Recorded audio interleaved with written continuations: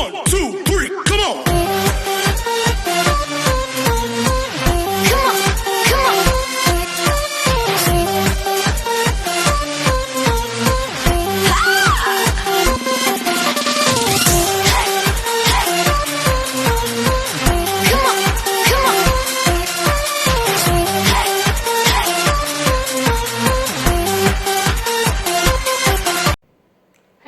Welcome to my vlog, Jeannie Vlogs.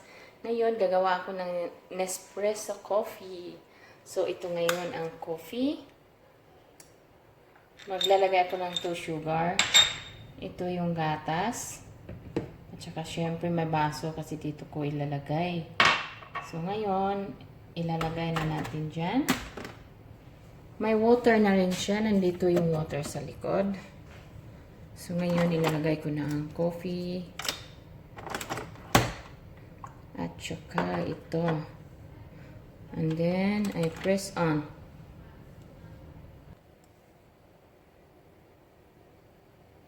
Ayan, antayin muna natin mag-stop yan. Ayan, nag-stop siya. So, ipipress ko ito ngayong first kasi maliit na cup lang po ito eh.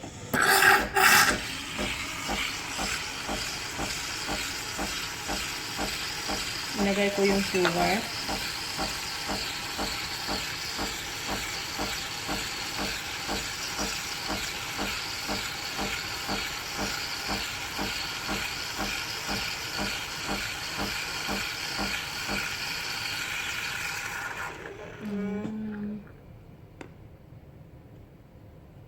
So, yung coffee naman ngayon ang ano.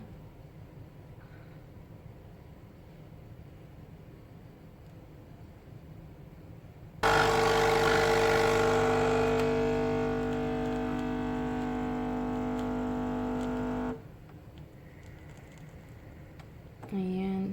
Kasyang-kasya lang talaga siya. Kasi itong nasa una, ito yung pamaliit na cup. Kasi yung pangalawa, yung medyo malaki na cup. Ito pang malakihan. Depende, pwede rin po yung isi-set siya. So ngayon, ayan, it's ready, my coffee. Ipa-partner ko yan sa cake ni Bishi. Ayan. Thank you for watching, guys. Ganyan lang. Ngayon, pagkatapos nito, kailangan nating linisin pa. Para malinis yung ano niya. So, ang gagawin natin, guys, ay ipipress lang ito. For cleaning.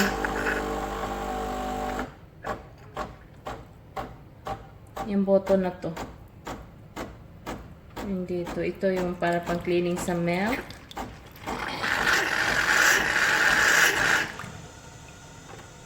So, tapos na.